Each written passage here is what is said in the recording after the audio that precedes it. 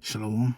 I'm gonna give all praises, honor, and glory to Yahweh, Bashim Hausha, Bashim Rakakadash, and the wellness of the elders and apostles of Great Most Holy Thomas Truth, and peace, blessing, and salutations to the whole for elect. And listen what she's to do. Well, as it says, martial law is coming to your doorstep.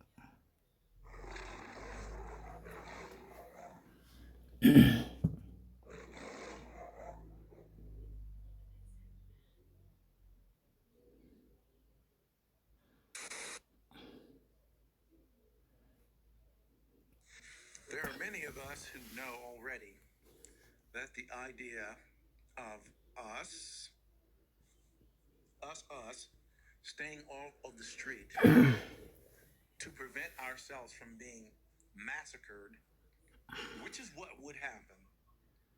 It's essentially, I might as well get those scriptures. Second address. 16, 71. Actually, let me start at 70. It says, for there shall be in every place and in the next cities a great insurrection upon those that fear the Lord. You know what? Let me have a look at that word. Insurrection. Insurrection.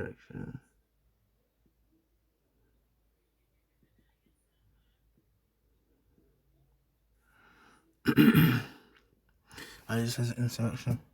An uprising against civil authority. Or as it says, a rising up.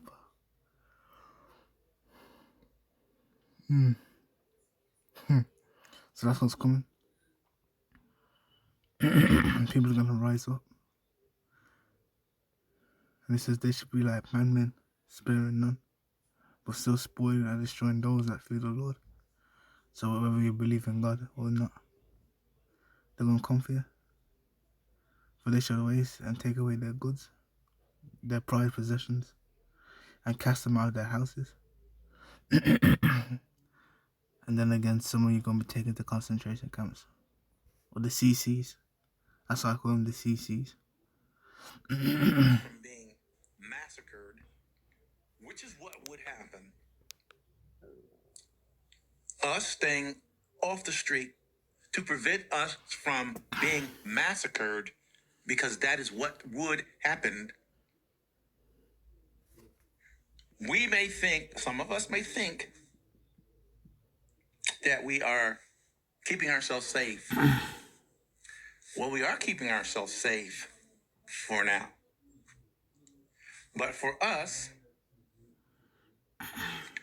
what they have planned is going to happen regardless. As it says here,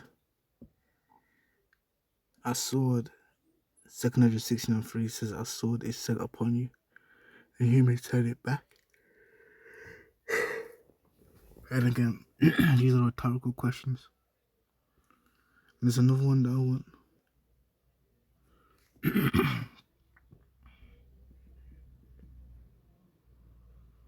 It goes into the sword. I forgot what it's called, man. I know it's in the book of Ezekiel. It's in the book of Ezekiel.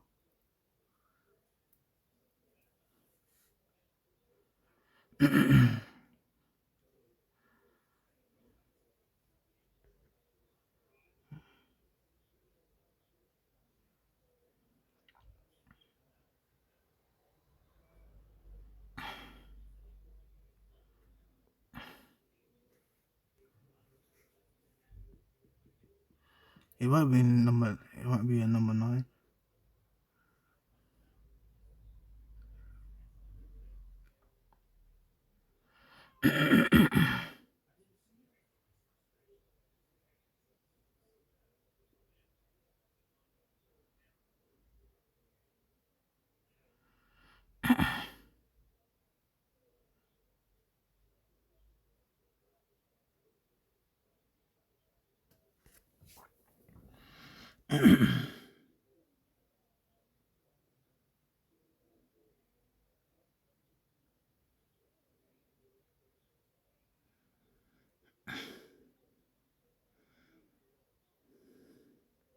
Here it is. And it says again the word, it's like Ezekiel 21 and 8. It says again the word of the Lord came unto me, saying, Son of man, prophesy, and say, Thus saith the Lord, see a sword is sharpened, and also furbished. So that word furbished.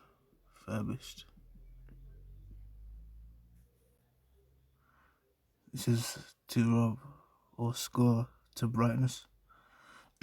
So then again, when you see those guys, those blacksmiths working on a sword, and they be sharpening it with a stone, or you could call it a whetstone, to wet it, to make it sharp.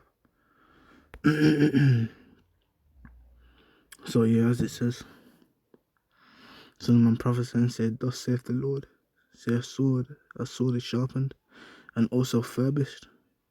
It is sharpened to make a sore slaughter. It is furbished that it may glitter. Should we then make mirth? And mirth go into happiness. It contendeth the fire of my son as every tree, and they have given it to be furbished. That it may be handled. This sword is sharpened, and that it is furbished to give into the hand of the slayer. And again, that slayer being Esau, man. I think it's the book of Psalms,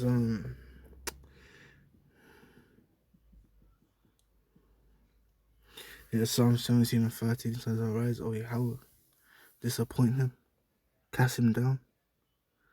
And again, that's talking about Esau, bringing him out of power. Deliver my soul from the wicked, which is thy sword. Yeah, the Lord's sword, man. What they have planned is going to happen regardless. If they win, they may not be doing it to the full force today, but they still have the same plan. So all we are doing is delaying the inevitable. Am I saying to go out there and join this melee of potential massacre? Not really. But I'm sure most sane people who are aware at this point that is in no way protective for us. They've got their plans. We're on the list. Oh, my God. And whether it's today in the street or tomorrow in your house, they plan on acting on the plans. So, you really need to start thinking about some plans for the future of your children and grandchildren. As it says, Jeremiah 18 and 21, it says, Therefore deliver up their children to the famine, and pour out their blood by the force of the sword, and let their wives be bereaved of their children. I remember look at that word bereaved.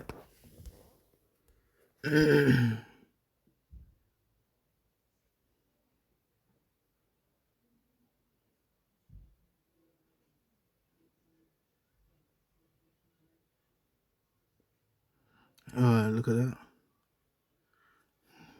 It says, to deprive of, take away by violence. So you're going to be taken by violence. That's crazy. It says of their children, and be widows, and let their men be put to death, and let their young men be slain by the sword in battle.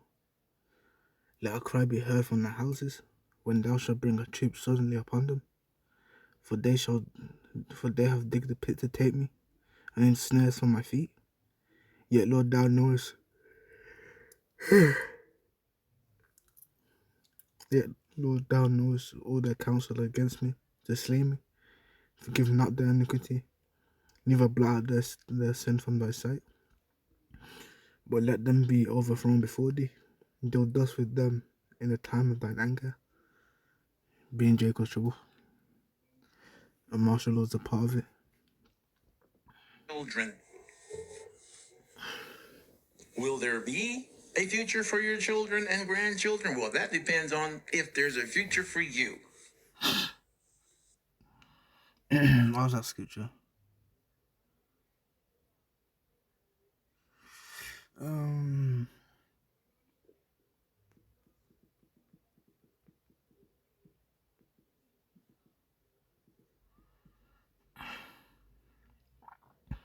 Ecclesiastes 12:3. It says, "In the day when the keepers of the house shall tremble, being those maids and workers, and the strong men shall bow themselves, the humble down, and the grinders cease, the workers ceasing, because they are few, and those that look out the windows be darkened." So there is no future. That's what it means for the windows to be dark. There is no future. There is no future for the children either. There's nothing but judgment. Literally.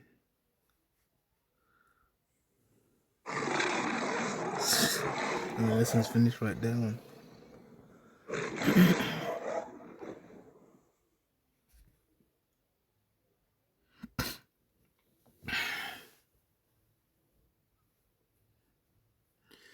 But yeah, man, I hope this was edifying. I'm gonna give you praises. I'm going to glory to Yahweh, Shema Shai, Shema Kakadash, and Shalom.